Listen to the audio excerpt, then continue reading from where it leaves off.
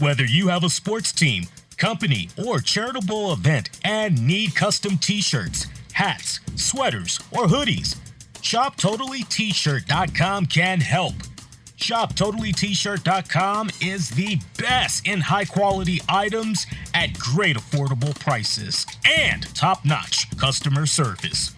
ShopTotallyT-shirt.com. ShopTotallyT-shirt.com. One more time, ShopTotallyT-shirt.com. Check out DoBack.com. DoBack.com is a coupon and cashback site that has you covered with unbeatable deals. Upgrade your tech game without breaking the bank.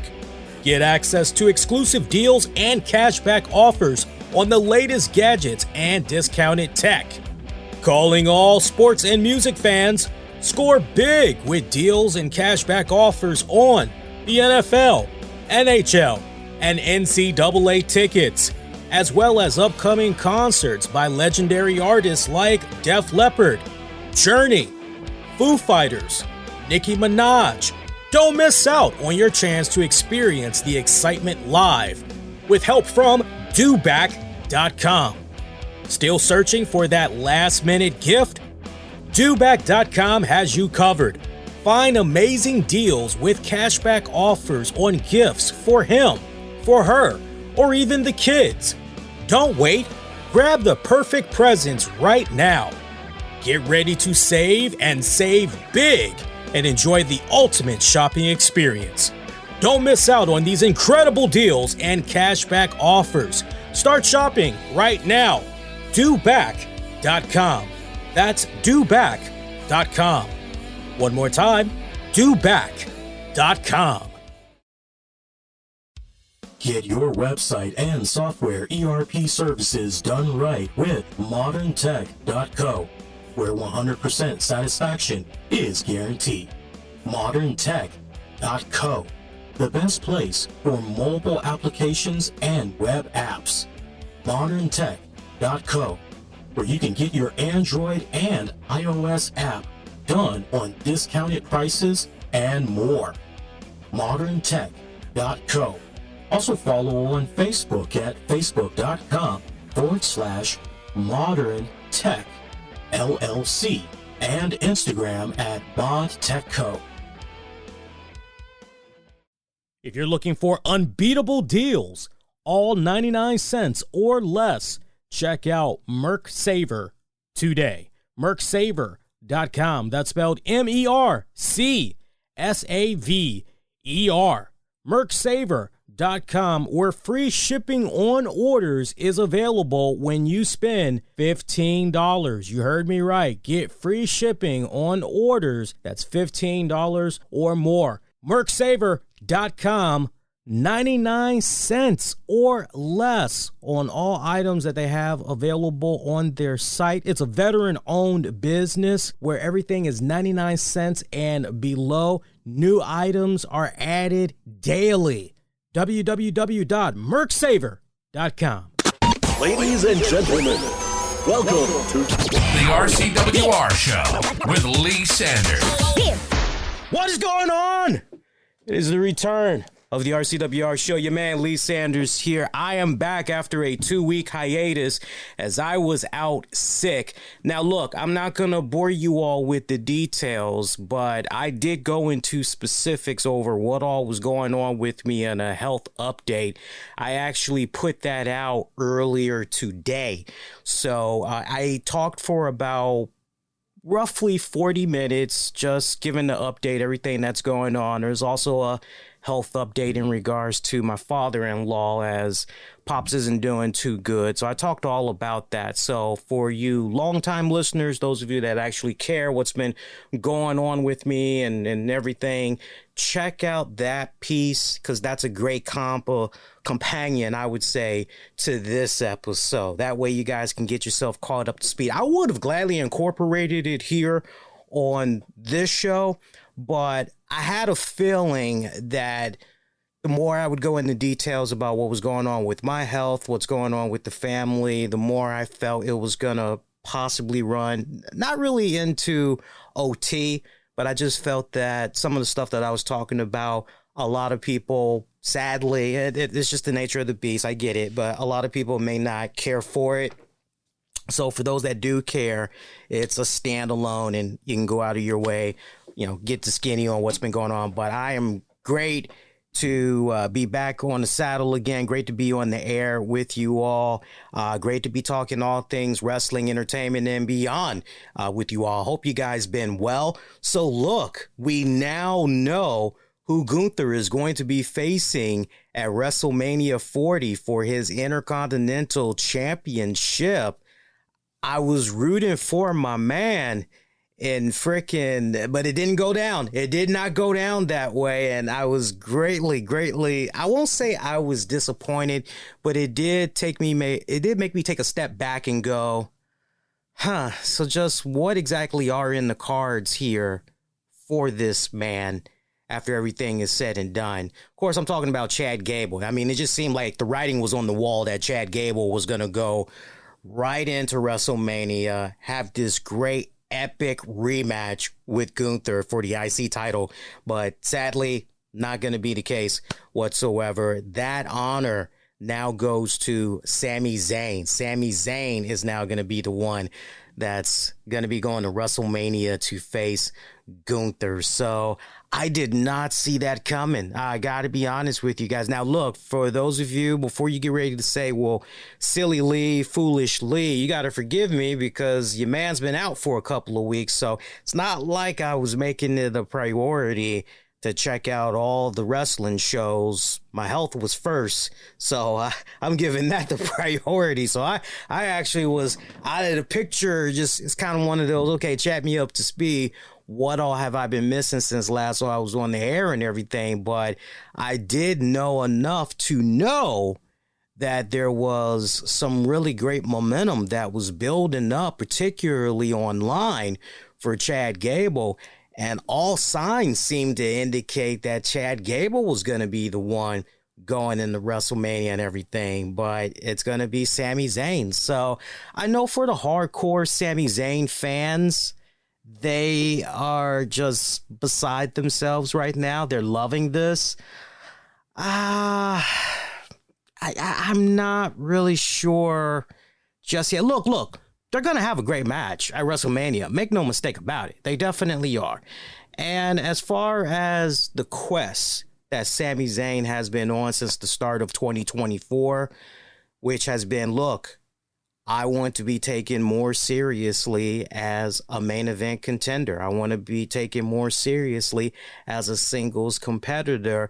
Look, everything that's transpired, culminating in tonight, that definitely fits into that narrative for sure. It definitely fits into that, but you can't help look at Chad Gable's story arc and go, so where exactly are we? And not to mention, it's not a short thing that Sami Zayn is going to be the one to dethrone Guther at WrestleMania. Guther could very well come out of that, still your Intercontinental Champion, and that rematch with Chad Gable could still happen down the road. Anything can and will happen. Just have to see how it's going to play out there. But I like the fact that at the very end, it was Sami Zayn, Chad Gable going at it one-on-one. They put up one hell of a 4-star match. Loved it. Wonderful story that they laid out between one another. Gable, look, even though Gable did not get the nod, I think we all can definitely take a step back and say, you know what, this Chad Gable dude, for what it's worth, without a shadow of doubt, a significant push is coming for this guy. Some could make the argument we're in the middle of watching the push happening as we speak, but he's going to get his, right? He's definitely going to get his. Look, as far as maybe Mr. Money in the Bank goes, you just never know. You could be looking at the next Mr. Money in the Bank. So loved all the participants that was involved in this one, but really the main two you wanted to focus on was Chad Gable and Sami Zayn. We did have Big Bronson Reed who was in there, Shinsuke Nakamura as well, Ricochet being involved in there. Was JD McDonough? Yeah, JD McDonough was involved in that as well. But in that gauntlet match. Again, Ricochet, Chad Gable, Bronson Reed, Shinsuke Nakamura, JD McDonough, Sami Zayn. Those were all your participants for the main event match, which was a gauntlet match. Winner of that getting a shot at Guther for the IC title at WrestleMania. Good stuff. Did y'all peep out the fact that for, I would say, almost 2 hours that Raw was on the air, did you all peep out the fact that what dominated out of the gate were women's matches? Now, I'm not being discriminating or anything like that. I'm just stating an observation. Did you all notice how it was almost by the time you got to the 10 o'clock hour that you finally got your first men's match? Because almost the first 2 hours was dominated by women's matches. I saw some people putting a very interesting spin on that online. Some were jumping out there saying, well, you know, WWE is trying to do everything they can to showcase their women's division, because Mercedes Moné, she gonna be popping up in AEW for that big business show. So they trying to do everything they can to steal a little bit of the spotlight, steal a little bit of that thunder away from AEW. I don't know about all that. I just feel that this was just one of those cases where somebody thought it'd be a good idea for a change of pace to open up and highlight the women's division. Now, I think that is a very nice gesture. I think that's pretty cool. It's nice to think outside of the box. It's nice to, okay, you know what? Let's switch it up a little bit and let's go in this direction, right? And I commend WWE for that and everything. But, and I do have to put a but in there. When you're doing a women's match after women's match after women's match, that is only going to appeal to a specific core audience. Let's be honest. Let's be honest with ourselves here. Let's not beat around the bush. That is only going to appeal to a specific core audience. Now, I hate to be that bearer of bad news, but we've all been there. Hell, we know that one friend or that one person. We know that person on social media that will jump out there. Oh, it's a women's match. Regardless if it's WWE, AEW, or, oh, it's a women's match. I don't care about the women's match. Yeah, about that time for me to go use the bathroom. You know what I mean? Right? Don't care about that match. I'm going to go do some laundry. Right? So to have 3 back-to-back women's matches, I can't wait to see what's going on with the viewership and particularly how much stayed around, if there was a plus gain throughout. Now, don't get me wrong. The Becky Lynch, Liv Morgan match, I enjoyed the hell out of that match. I don't know about you guys, but I actually enjoyed the hell out of it. I will admit, the first little bit of the match, it started off rough. You had a very, very, I won't say scary, but I definitely was, that don't look good. Don't do that again. There was a spot that had came from a suicide dive. Yeah, that kind of had me a little, but it seemed as the longer the match went, the girls, whatever jitters was going on, whatever was happening, aura-wise, they were able to shake it off and they were able to go out there and have a really great freaking match. It was good stuff. I loved it. The girls told a fantastic story. They went about 15 minutes. Becky Lynch picking up the win in that one. Becky giving a little bit of a nod to Liv Morgan, a little bit of respect afterwards. Rhea Ripley coming out there afterwards and questioning Becky Lynch, wondering why she's doing everything that she's been doing these past couple of weeks, why she is putting her all into these matches that she's been having these past couple of weeks, as she pretty much brings up the question, at this rate, by the time we get to WrestleMania, ain't really gonna be hardly anything there of demand. Basically, this was Rhea Ripley telling Becky Lynch, look, you better bring your best A game. Because if you're depleted by the time we get to WrestleMania and all that, like, you ain't gonna stand a chance. Pretty much was the whole message in a nutshell.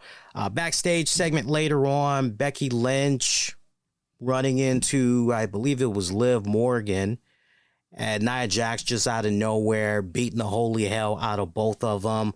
Cameras would catch up to Becky Lynch later on in the night while she was licking her wounds, as we found out that, I believe on next week's Raw, we're going to be seeing Becky Lynch take on Nia Jax in a last woman standing match. That should be pretty damn good. I'm actually looking forward to that one. Nia Jax has been on freaking fire, so I'm loving the work she's been putting out there so far. I know a lot of you guys, even though you're quietly you're not going to admit it out loud, but quietly, you're definitely going, yeah, man, she really has been putting it out there for sure. Remember, I said 3 women's matches. There was another one, which was Maxine Dupree and Ivy Now taking on Candice LeRae and Indy Hartwell. It was a tag match.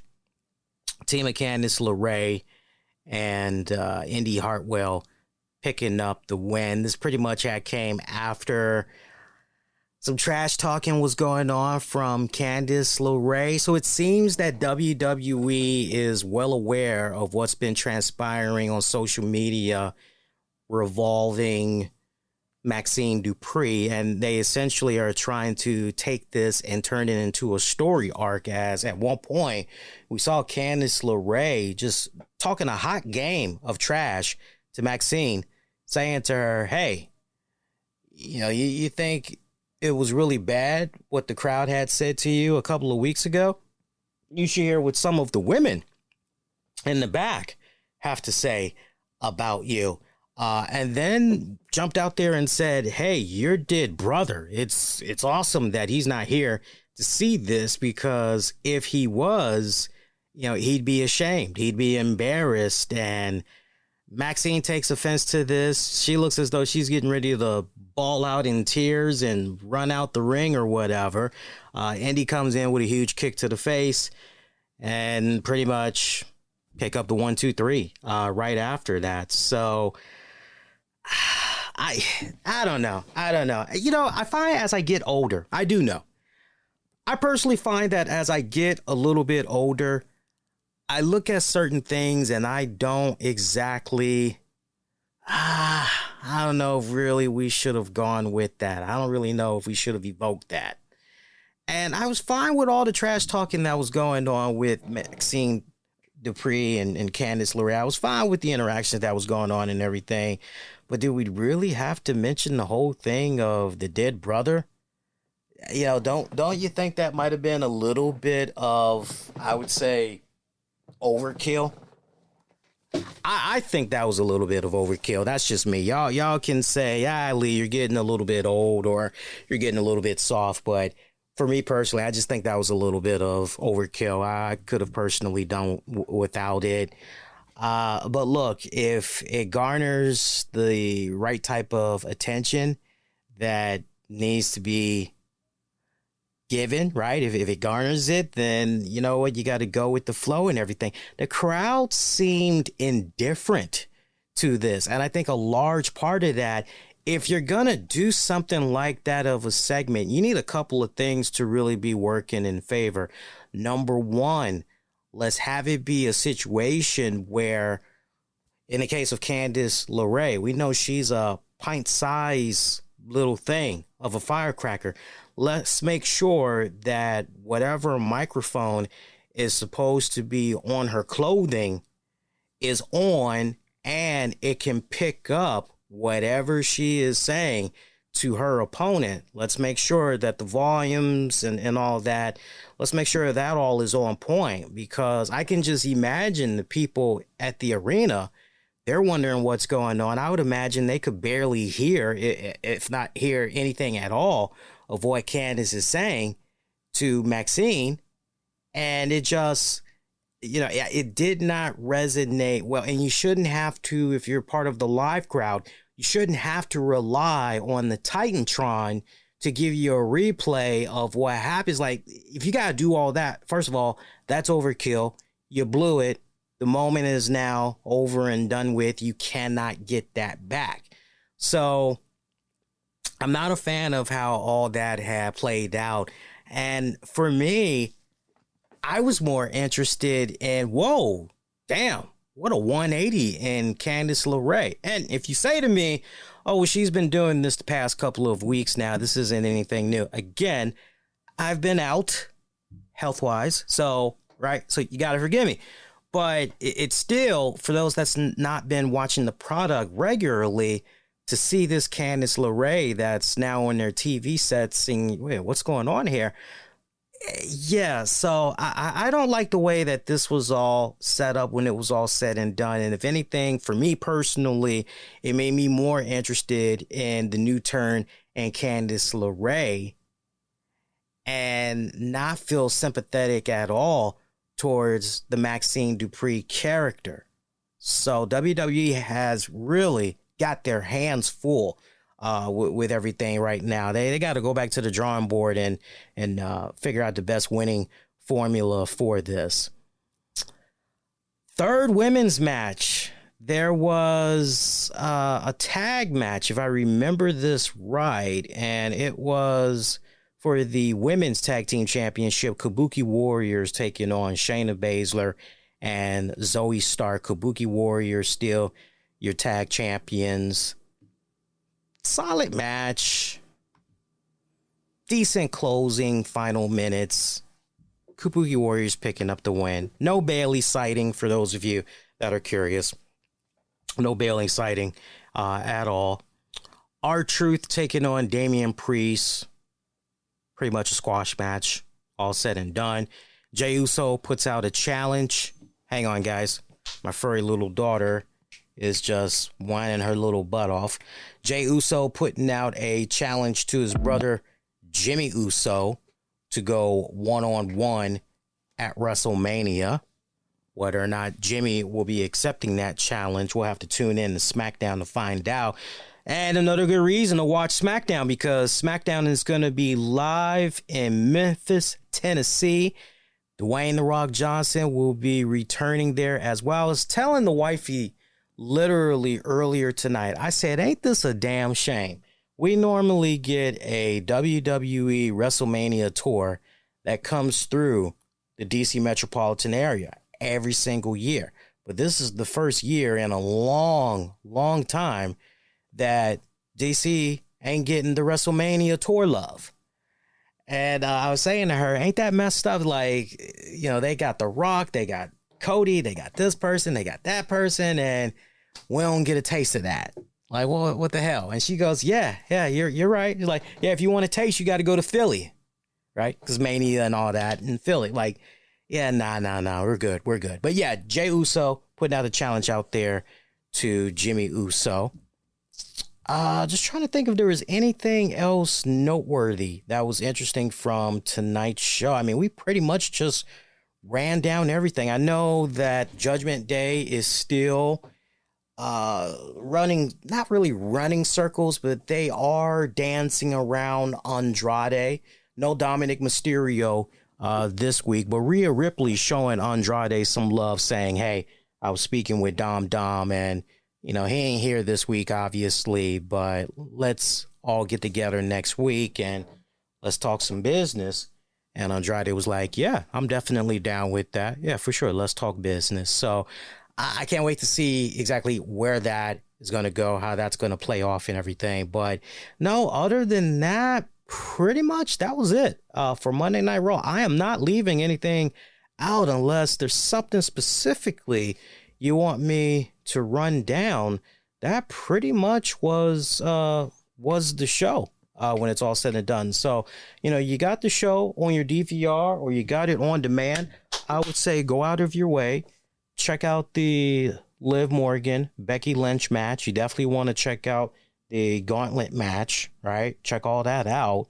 Oh, you know what? I'm glad we're still talking. The Cody Rhodes segment was actually pretty good. Cody Rhodes had an interview segment with Michael Cole. And that was actually pretty good. I enjoyed that for what that was worth. Matter of fact, I did jot down a few notes from that segment. Let me just go to my notes here real quick. Yeah, I definitely want to show that some love. You want to talk about emotional context and character development and all that. That was the freaking segment. I love that one for what it was worth. Where is it? Hang on here. I'm trying to go to my notes here, see if I can. Yep, I got it. So this one was some good stuff, as Michael Cole asking the most obvious question, yo, why did you slap The Rock? Cody basically saying, yo, there was a receipt that needed to be cashed in. It's like, okay, right? I mean, come on, seriously. And then Cole wants to know why Cody agreed to the tag match on Saturday. Why did he agree to team up with Seth Rollins? Because after all, you look at the history between Cody and Seth Rollins, and like, how can you freaking trust this guy when it's all said and done?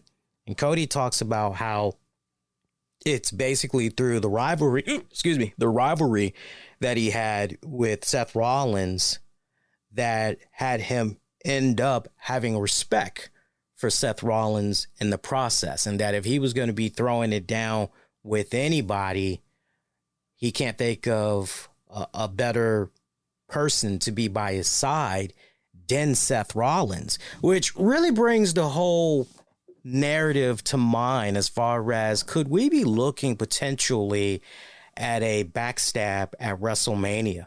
Could we maybe be looking at a double backstab at WrestleMania? Is it even possible that Seth Rollins could be acting as a double agent, and that he's actually acting in favor of the bloodline, and he has struck up some type of a deal with Roman Reigns or whatever, and when it counts the most, he's actually going to betray Cody? Is it possible that could?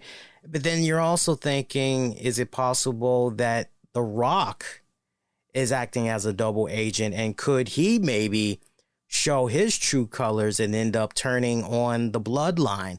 I mean, there's so many interesting ways between now and WrestleMania that this could go, but this is definitely something as a fan you're kind of having in the back of your head. And you know, it's not called fantasy booking, it's just, wow, like, seriously, this could go in a couple of directions here.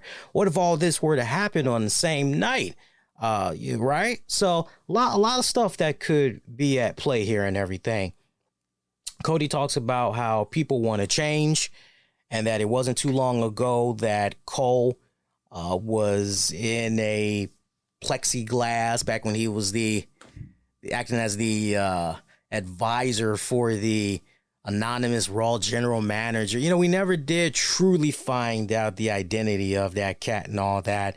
You know, he talked about how Cody Rhodes, had smashed a throne back when he was over in another promotion, and now he pretty much, you know, that guy that he was referencing is one of his best friends, advocates, and all that. So small world, given how all this works and everything. But Cody wanted to rewind it back to last October, where Cole had asked him about his story. And Cody asked him if he seems to be nervous or if he's frightened. Cody admits he is nervous. He is frightened. He knows people can't believe it and everything, but, you know, that is the fact, because when it's all said and done, you know, there's no more excuses. This is the time. This is the place. He has to get the job done this year, because there's no more excuses. The story is no longer about Reigns and Cody. You know, it's all about those that have followed Cody through some really hard times, as he mentions his daughter, he mentions his mother, he mentions Brandy, some nice stuff. Mentions his own sister. There's some really nice emotional stuff here that Cody Rhodes was laying in this segment. You got goosebumps as you were checking this out. I loved how he ended it strong with the message to Roman Reigns, letting him know, hey, a long time ago, you had said that we were entering the third inning. Well, Roman Reigns, I'm here to tell you, we're done with the third inning. It is now the final inning, and that Cole will have the honor of saying after night 2 of WrestleMania that for the first time in WWE history, a Rhodes is a WWE undisputed champion, that Michael Cole will be able to say at WrestleMania 40, Cody Rhodes has finished the story. Good, strong, nice home run of a segment right here. And the thing that I love the most about Cody Rhodes when it comes to these segments, I know a lot of you guys do, but it's really not stressed enough. Whenever he does these talking segments, you just got to admire how he does it in such a way where it's not an interview. Okay, you ask a question, I come right back. He does it in a conversational format. I really, really love that. And I love how, so many times you go to your favorite wrestling promotion on the TV show and you see the guy always with the microphone and they're just looking dead at the camera. They're just playing up to the camera and that's it. Cody does not do that. Yes, he is well aware of the camera. Many times we have heard Cody say, hey, to those of you at home, you got to forgive me because I'm going to turn my back just so I can acknowledge the crowd here. But Cody constantly is playing up to the entire arena. He's playing to, he's going 360 besides also playing to the TV at home. You can't teach that. You either got that gift of the gab or you don't. And Cody just does that so damn well. Every single time it comes to his segments, I know that I'm going to get something that's going to be entertaining, definitely going to be memorable, and he has not disappointed. He has not disappointed. Speaking of talking segments, I love the segment that went down between Seth Rollins and Drew McIntyre.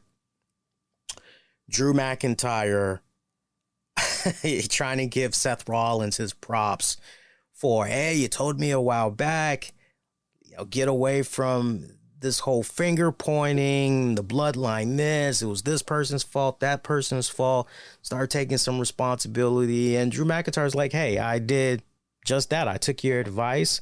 I dusted myself off, started from scratch, strung up all my W's, and here I am now. I get another shot at the championship, and I just want to thank you for that. And at the same time, he's also telling Drew McIntyre, Drew McIntyre is telling Seth Rollins, you're your own worst enemy because you just like to hear yourself talk, right? It's just all about you and what you can gain from it and all of that. And Seth Rollins coming right back, offering him an opportunity to attack him from behind, take a cheap shot because he's seeing what Drew McIntyre has been doing the past couple of weeks. And Drew's like, nah, you got me confused because no, that's not how I roll.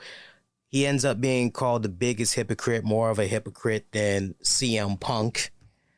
Love how Rollins mentioned that name without even mentioning it, right? You got to go back and watch the segment to know what I'm talking about. He mentions the man without even mentioning the name. Some good stuff right there. Rollins taking a really nice deep dig at Drew McIntyre by saying, there's a reason why I don't really talk about you that much in our upcoming match, WrestleMania weekend, because I've got all this other stuff that's going on with, and he runs down the list and pretty much lets him know that as far as Drew McIntyre being a threat, he looks at that very bottom of the list. He doesn't consider Drew McIntyre to be a threat whatsoever. Drew McIntyre was about to kick his ass, but then decided, nah, you know what? I'm good. Save it for WrestleMania. So some nice, good added drama that's going on right here. I love that added friction because you're looking at that and you can't help but say as a viewer, but also look at it from a storyline standpoint and say, okay, we get that Seth Rollins is trying to do all he can to help out Cody Rhodes against the Bloodline and all of that. But is he taking on too much? Should he mainly just focus on defending that championship against Drew McIntyre? Because you can make an argument, Seth Rollins, he must be feeling that damn confident that Drew McIntyre, and rightfully so, because he's beaten him so many times. What's going to make WrestleMania that much different? But at the same time, you can make the argument, well, that's just it in itself.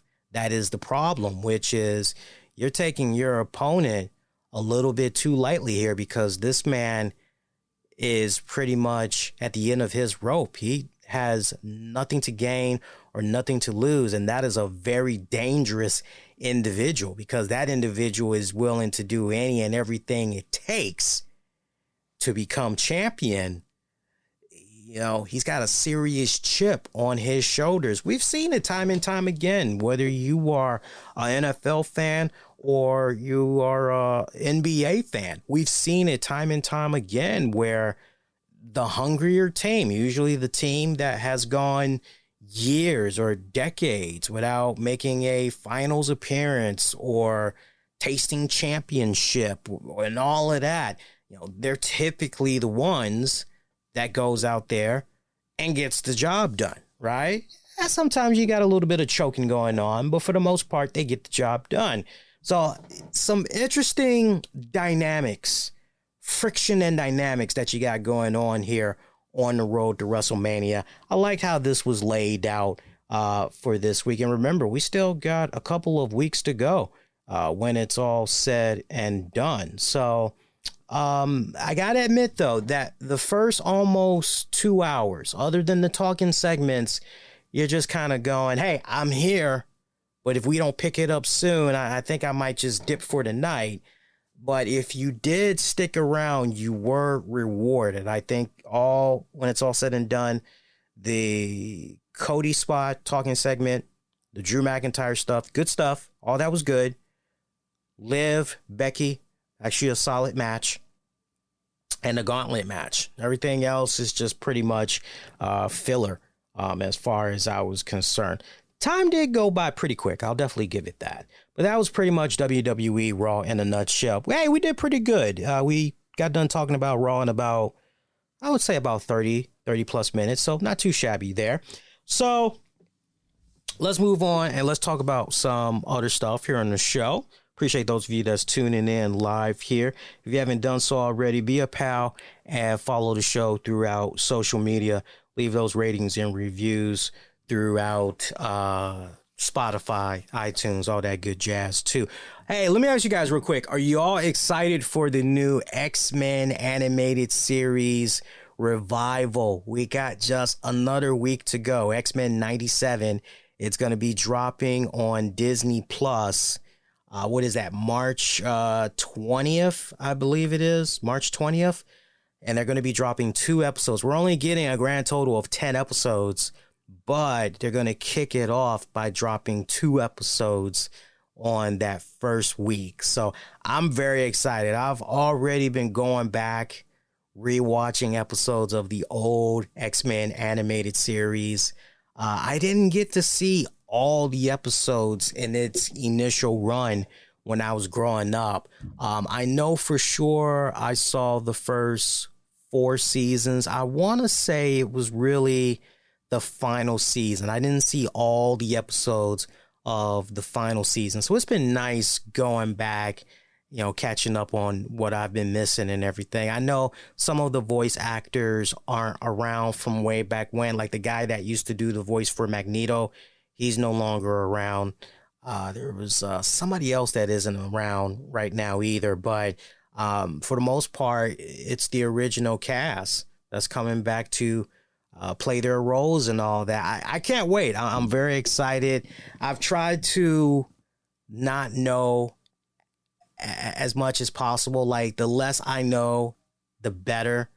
But the fact that as far as the character designs, it's pretty much, no, just as you remember from last you watched it, it's like, oh, okay, cool. Like, yay, let's go. So I'm excited for that.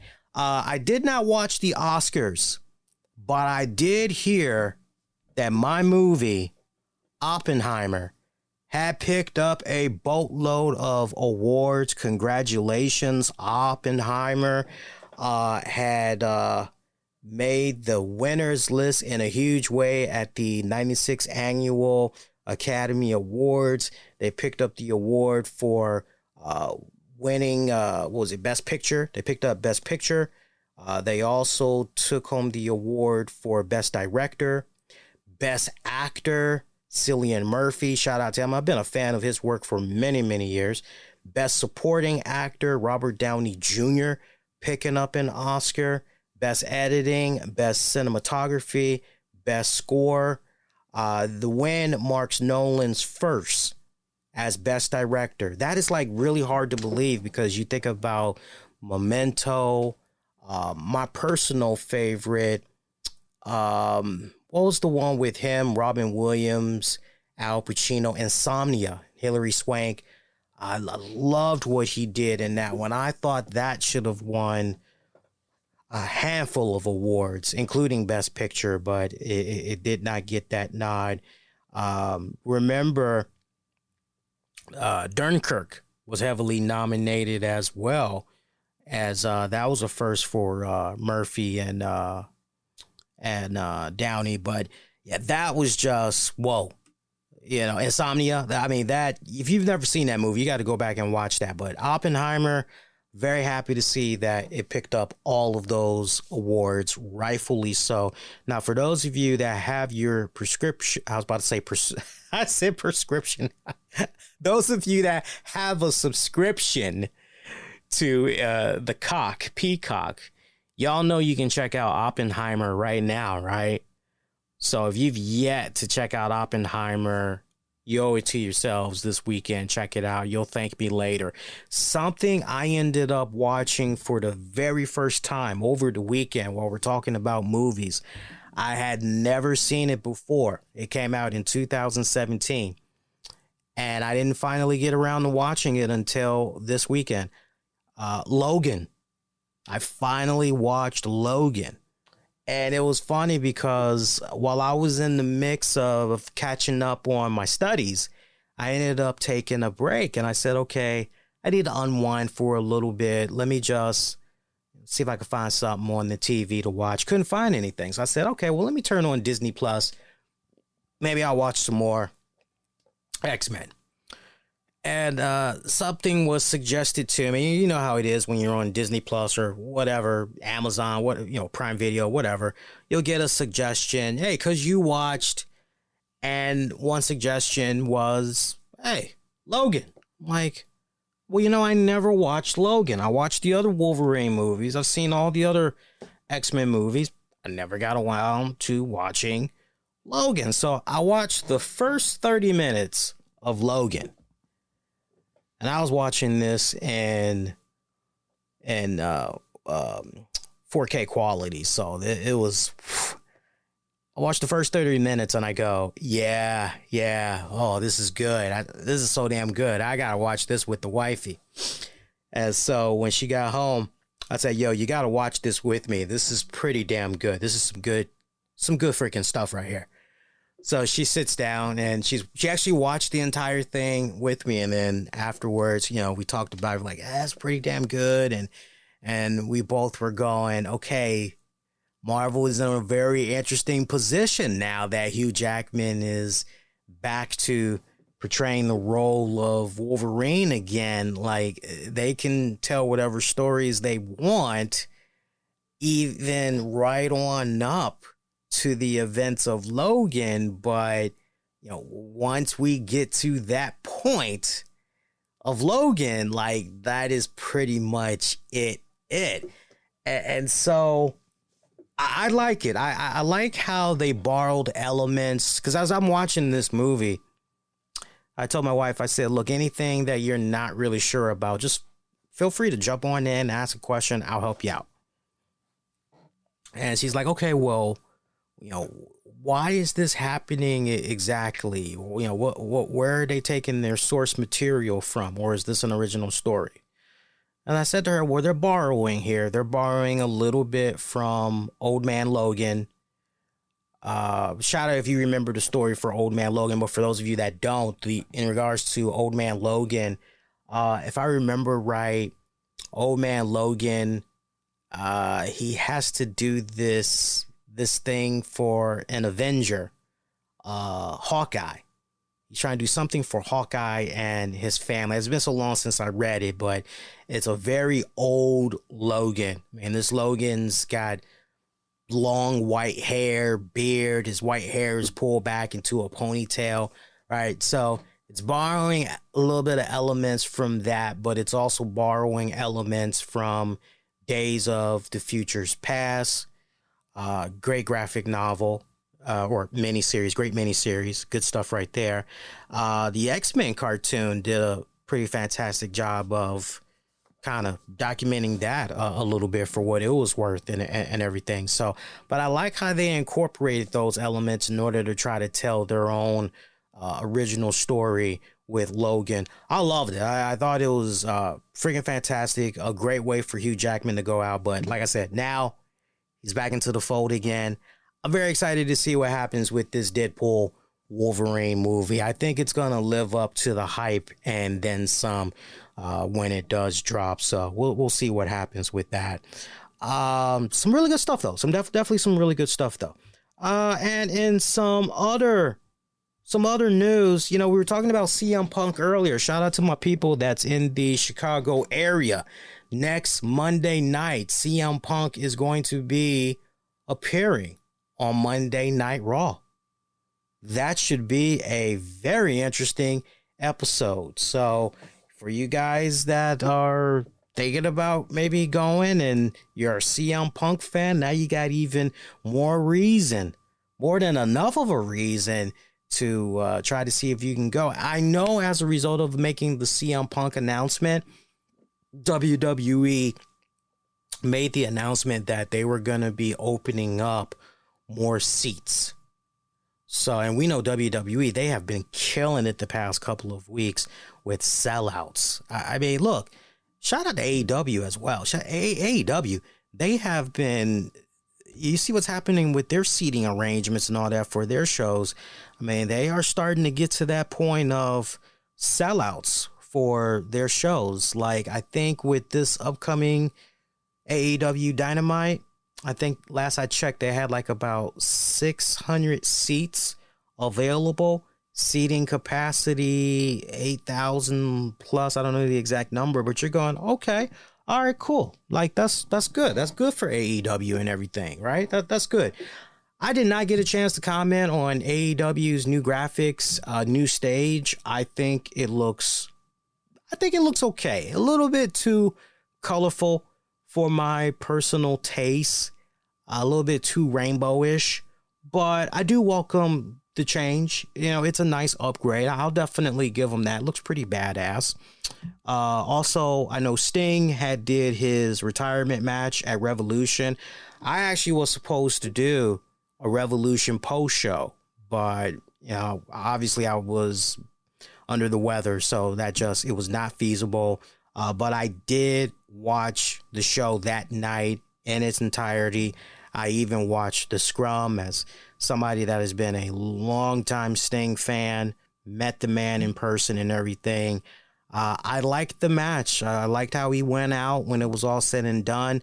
Some of the stuff I could have personally done without, whether it was tempered glass, sugar-coated glass, honey frosted glass, whatever the hell you want to call it. Just the glass spots with Darby and Sting, particularly the one where Sting went through and that had sent pieces that into the fans sections. Some of the fans got hit by it.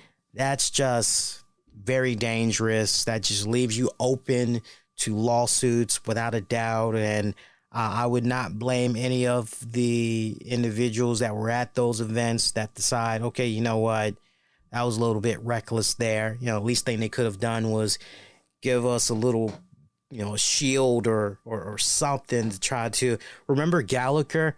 It got to a point where you knew what was going to happen at a Gallagher show. So if you didn't want to get hit by all that stuff, it got to a point where you were allowed to, bring a raincoat or whatever. Hell, some of the people that be part of the stage crew, here, if you guys want a shield, and they pass out these long tarps that you could basically use when he would start busting watermelons or whatever.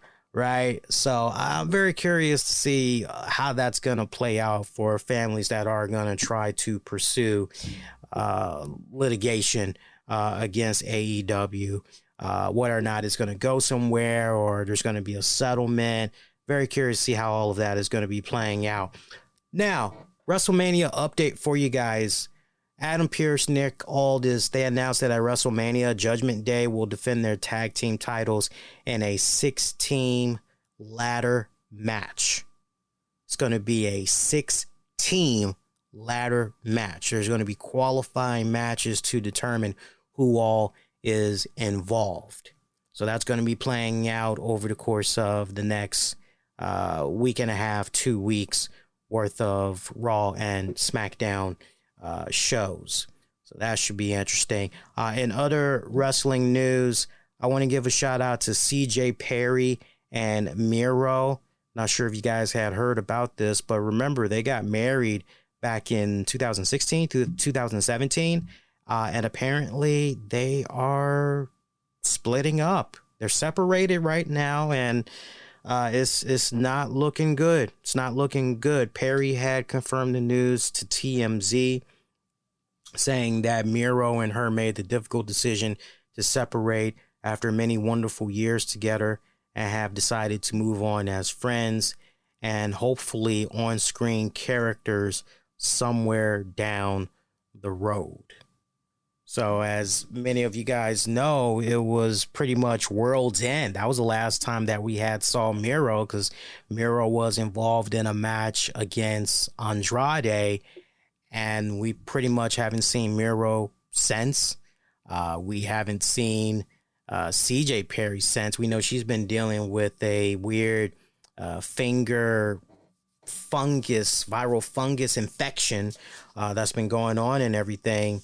But you just hear that and you go, it always breaks my heart when I hear of a couple and then you see the couple. It's like, oh, well, they look pretty nice together. They look like they complement each other very well. You hate to hear when a relationship is no more, especially when it seemed as though those two people were clicking. And there's certain things that you look at when you see certain couples and you go, man, need to try to strive to be like that. Need to try to take a couple of elements from that, because obviously they're doing something right. Borrow a little something from that and try to put that into your own respected relationship and all that. Like, obviously we all got problems. Like, nobody's perfect and all of that, but it just breaks your heart when you see certain couples, because they seem to complement the hell out of each other very, very well. Did CJ and Miro. And to just hear this, it just feels so left field when it's all said and done. It almost kind of reminds me, and I'm not making it be about me in any type of way, so please, y'all don't take it like that. But it just almost kind of reminds me of some friends of mine that are dealing with their own, they're pretty much at a crossroads themselves.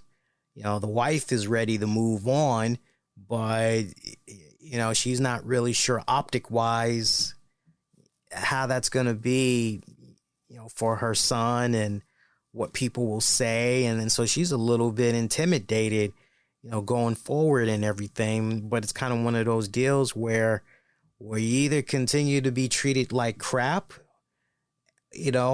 or you finally say, no, enough is enough. And you go ahead and, you move on and everything. And could maybe the two of them be better as friends as opposed to lovers? Who knows? It's one of those things, though. That's why I always tell people, so I get asked from time to time, hey, what's the best advice you can give, to a young couple just kind of starting off, or a couple that's thinking about getting married, and, like the best advice, and it's always consistent. It's always been consistent. Communication. However you all are feeling, don't harbor that stuff in. Get it out there. As soon as you are thinking about it, put it out there. Because if you harbor that crap for so long, it just manifests and it turns into this thing that it really has no business turning itself into. And things can just get so blown way out of proportion when you have the type of relationship where, yo, man, I can tell my significant other any and everything. I mean, we have a open door policy. We can communicate whatever is on our mind. We can, and we know we won't be judged. We won't be ridiculed. We won't be yelled at, scolded, none of that crap. We can get it off our chest and, and we can handle it accordingly, and it's one of those type of deals. It's a lot of work. Relationship. It's a lot of work. You gotta bring your all into it. You can't bring a little bit, right? You can't, you gotta bring everything you got into it. You gotta rise to that level. You gotta meet the level that your partner is bringing into it. Because if it's not 50-50, if it's a situation where it's always 80-20, 90-10, 95-5, like after a while, I mean, that person that's doing the majority of the work in that relationship, trust me, they're gonna feel grounded into the ground. You know what I'm saying? They're gonna feel very depleted and just the whole 9 yards. And so communication I always say is key. Look, I ain't no love doctor, show you right. I ain't no expert, but I know enough to know, obviously I'm doing something right, because if I've been with the same woman since for almost 15 years, and we've been married now for almost 3 years this June. Obviously, I'm doing something right? So take what I'm saying for what it's worth, and, best of luck to you. But it breaks my heart when I see certain couples, damn, that sucks, right? Like, for example, I remember Nicole Kidman, Tom Cruise. A lot of younger folks ain't gonna really, but if you're around my age, you remember, like, oh man, they were such a cool, cute ass couple. Did a nice, good string of movies together back in the day and all that. And man, like, how could this couple do any wrong?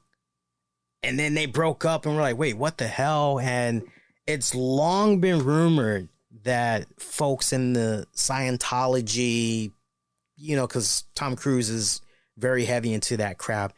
It's been well documented and well said that certain people in the Scientology group were responsible for breaking up Tom and Nicole. And they had like such a death grip on, who he should be with and all that other stuff. And you're like, what? Like, it's like that. But I remember when they broke up. Or if you want to go Brad Pitt, Jennifer Aniston, a lot of us thought that couple was, they seem really freaking cool together, right? It happens, man. It's the nature of the beast. It happens, though.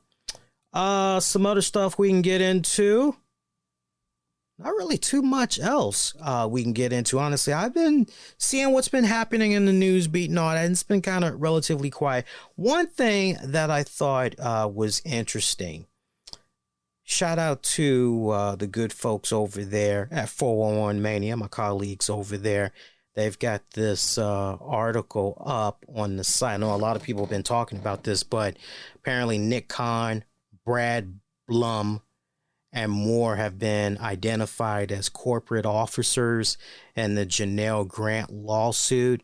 WWE had ended up commenting in regards to this. I don't know if you guys had saw this, but yeah, there's a new report that's identified Nick Khan and WWE COO Brad Blum and more as corporate officers in the Janel Grant lawsuit against the company, Vince McMahon and John Laurinaitis. Remember, Grant sued McMahon, Laurinaitis, and WWE, alleging that McMahon sexually trafficked and assaulted her, among other things that the WWE, they ended up covering it up with allegations. Lawsuit has listed two individuals as only corporate officer number 1 and corporate officer number 2 as having been involved in facilitating and covering up the exploitation alleged. And a report from the Front Office Sports website identified the two as Nick Khan, the president of WWE, and Blum. Khan is corporate officer 1 and Blum is corporate officer 2, according to the report, which cross-checked the allegations against publicly available records such as resume and corporate filings, in addition to information provided by source. Now, Grant's attorney, when asked for comment, said, "I can confirm that these names are correct." So there you go. Where there's smoke, bada bing, bada boom. There are two other unnamed individuals in corporate officer number 3 and corporate officer number 4. The site reports that number 3, who is given one ambiguous mention, is Stephanie McMahon, while number 4, who allegedly offered Grant a job on McMahon's orders in May of 2019, is identified as former general counsel and WWE NXT legal department head Brian Nurse. It's important to note that the suit does not explicitly make any claims regarding whether Khan, Blum, or the others were aware of the alleged acts of sexual assault or degradation. It alleges that McMahon named Blum and Khan after the latter was hired in August of 2020 as key fixers and had promised Grant in March of 2019 that his office would arrange a meeting with Blum, who was EVP of operations at the time. Grant allegedly met with Blum the next week and was hardly asked any questions. She was soon hired for a job in the legal department for a $75,000 salary.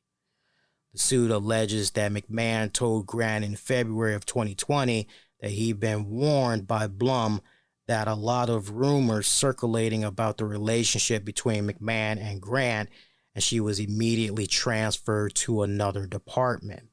It also says that McMahon told Grant after she signed the NDA about the matter that if she needed anything, Blum was one of 2 people she could call. As for Khan, he allegedly introduced himself to Grant of March of 2021 and said he knew exactly who she was, and that later that day, McMahon told her she had informed them of the nature of their relationship in a meeting. And the two voiced concerns and asked if she could be trusted. A spokesperson for WWE denies such a meeting ever happened. WWE issued a comment on the report which reads, WWE takes Ms. Grant's allegations very seriously and has no tolerance for any physical abuse or unwanted physical contact. Neither Nick Khan nor Brad Blum, prior to the lawsuit being filed on January 25th, 2024, were aware of any allegations by Ms. Grant that she was the victim of abuse or unwanted physical contact, nor does the complaint allege that either had knowledge of such. What did I tell you guys some weeks ago?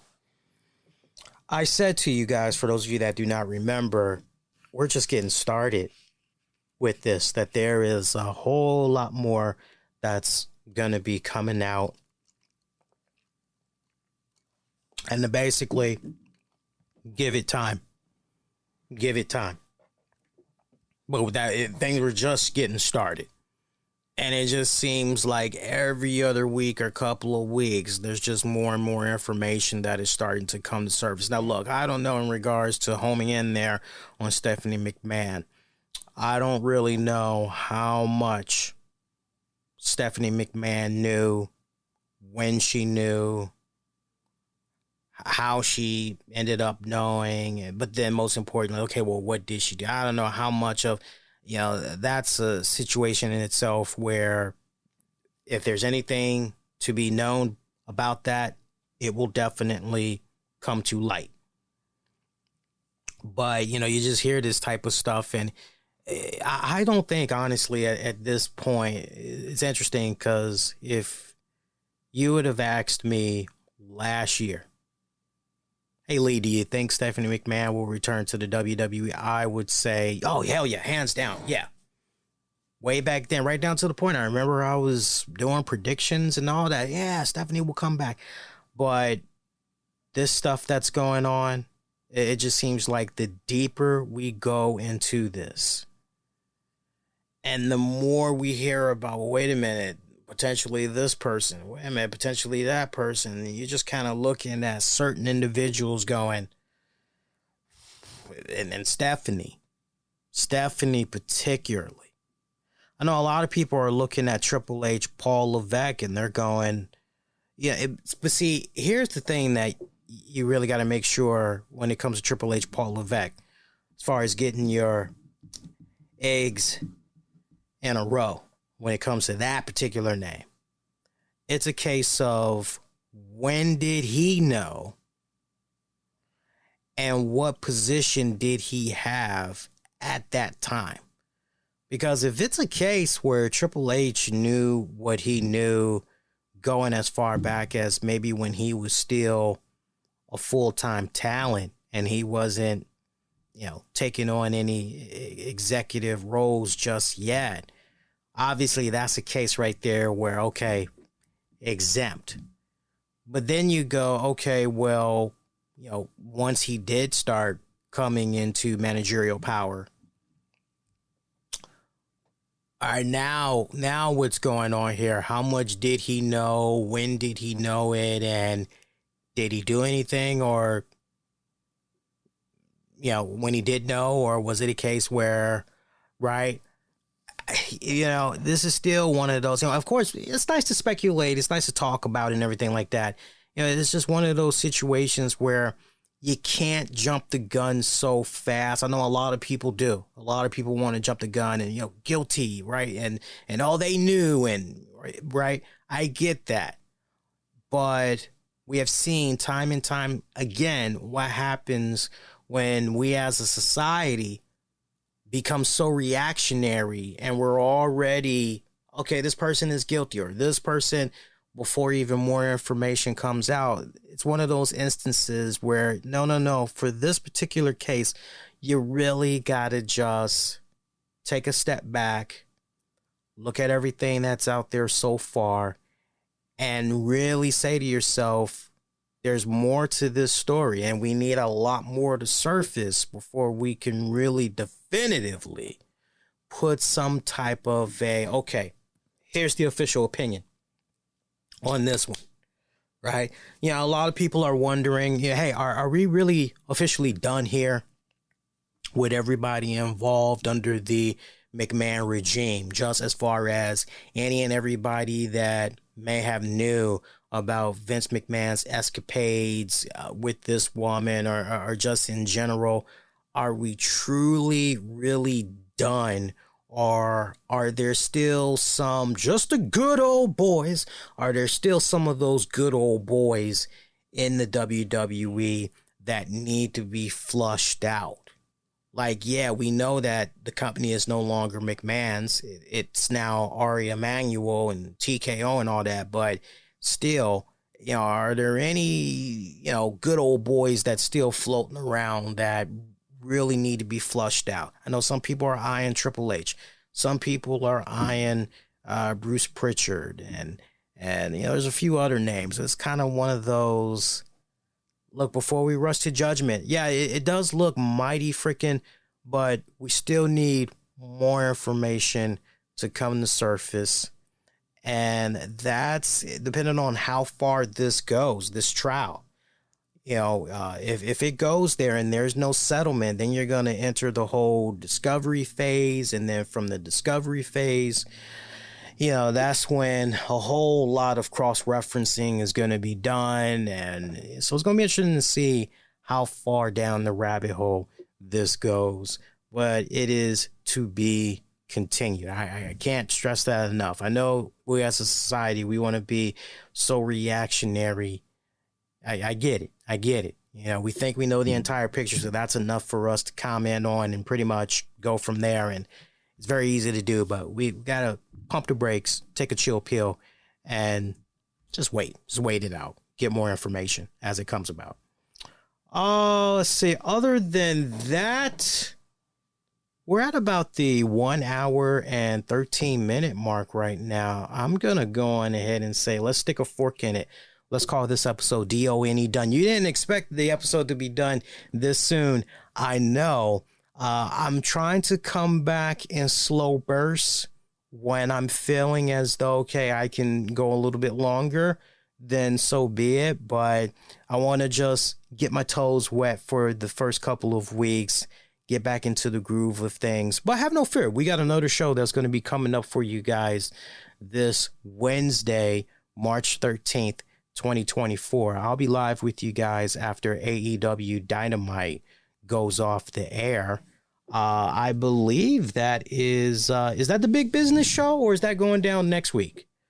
I just know we're going to be on after Dynamite goes off the air. So I'm looking forward to talking about that. Of course, I'll share my thoughts in regards to Kevin Kelly being fired from AEW. Loads more wrestling news that we can get into on that episode for certain. So meantime, be kind, rewind, check out previous episodes you might have missed on demand and on the downloads wherever you get your podcast. Just search the RCWR show. I want to give a shout out to some of our sponsors. Shout out to the good folks over at shoptotallyt-shirt.com. Whether you have a sports team, company, or charitable event and need custom t-shirts, hats, or hoodies, shoptotallyt-shirt.com can help. They've got the best and high quality at great affordable prices and top-notch customer service. Check them out today. ShopTotallyT-shirt.com. We're also brought to you in part by the good folks over at MercSaver.com. That's spelled MERCSAVER. They have unbeatable deals on 99-cent items or less. New items are being added daily. And if you do a purchase of $15 or more, you get free shipping. You heard me right. $15 or more on your order, and you qualify for free shipping. Check them out. MercSaver.com. We're also brought to you in part by Dewback.com. If you're looking for the perfect gift for him, her, or for the kids, Dewback.com has deals, discounts, coupons, cashback offers. Check them out today. And we're also brought to you in part by ModernTech.co. Get your website and software ERP services done right, 100% satisfaction guaranteed. The best place for mobile applications and web apps. Get your Android and iOS app done on discounted prices and more. Check them out at ModernTech.co. Appreciate all these great sponsors that's been working with us. A lot of them have been very patient too.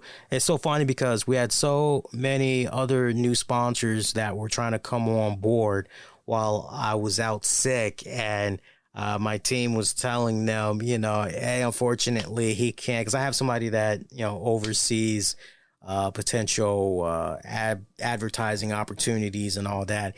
And they're like, yeah, sorry, but he's out sick right now. He's not going to be able to do this. They were like, well, when's the earliest you think he'll be back? And they're like, we're not trying to put a timetable on that guy. Like, it just wouldn't be fair, you know, but yeah, we can't help you out with this right now.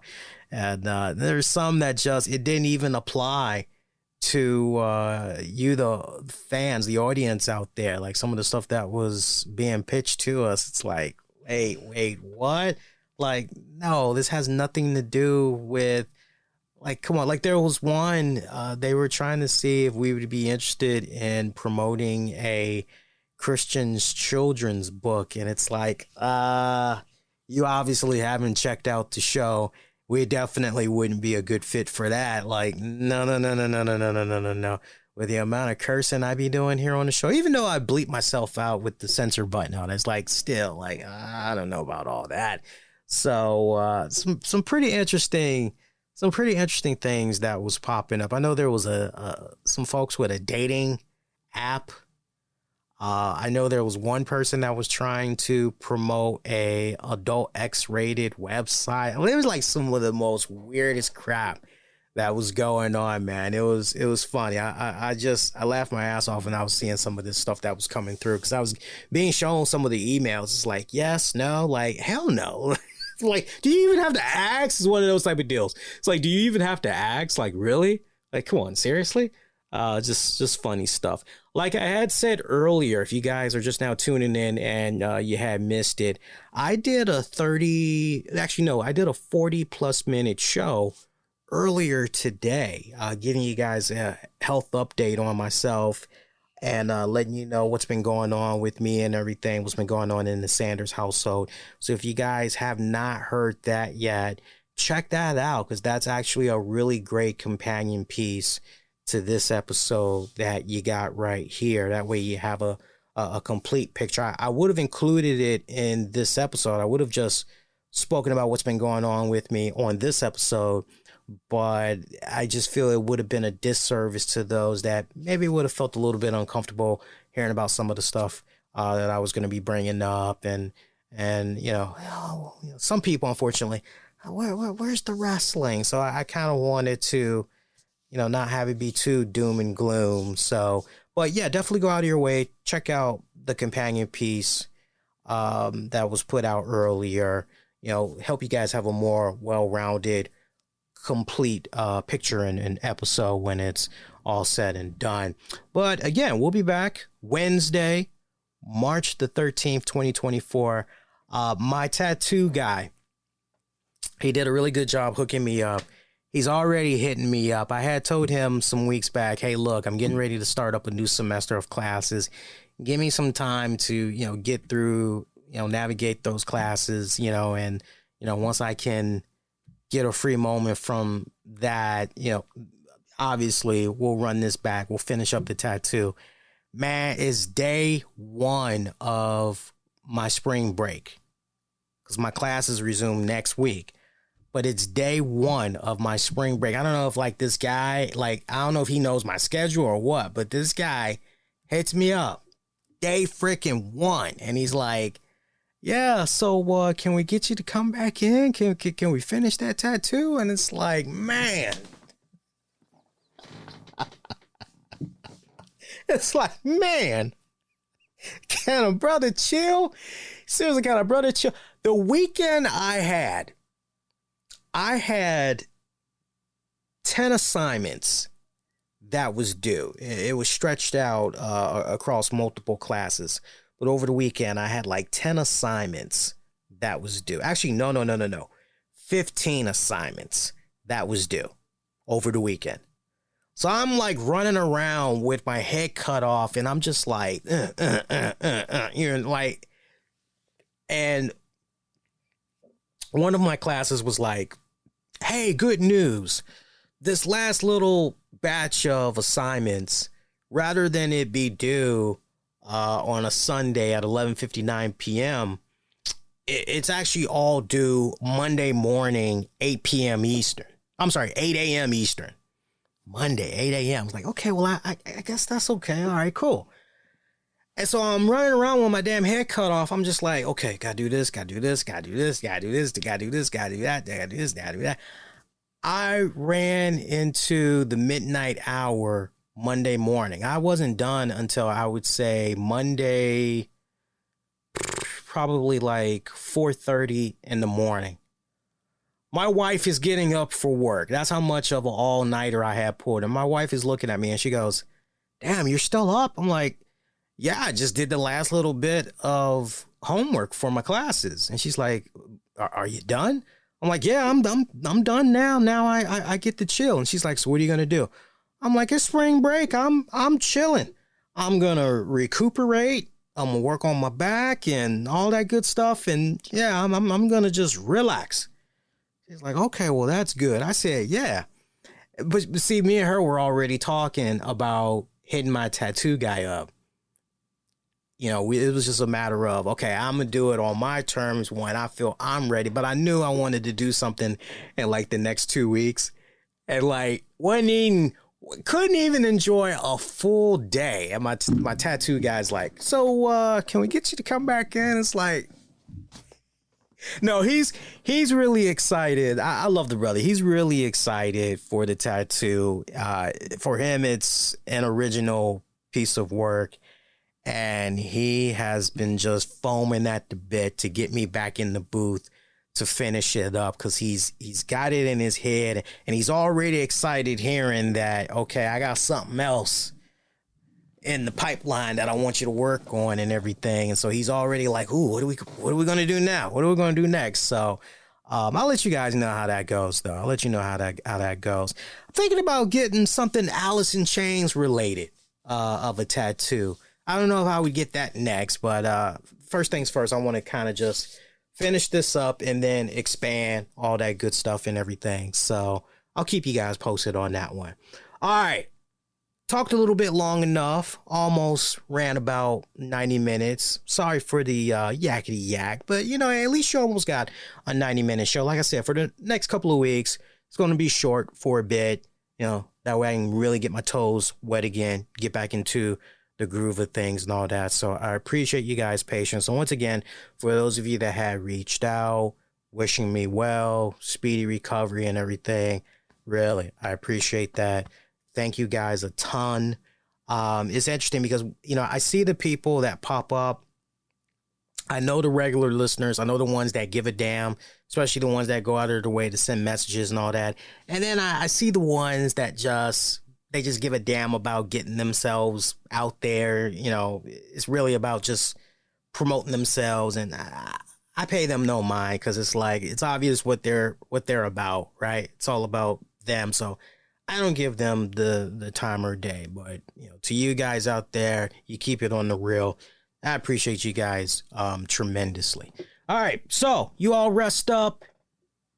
Get at me all throughout social media, and I will check you guys out on Wednesday after AEW Dynamite. That should be a pretty nice, well-rounded episode. I'm looking forward to talking about that, all things AEW and more. Once again, be kind, rewind. Check out previous episodes you might have missed on demand and on the downloads. And until next go round, my pretty babies, I'm wishing all of you all to be safe. Most importantly, be kind to one another. Take care, y'all. Peace. Thanks for listening. An Infinity One Productions presentation, keeping it honest, insightful, and interactive.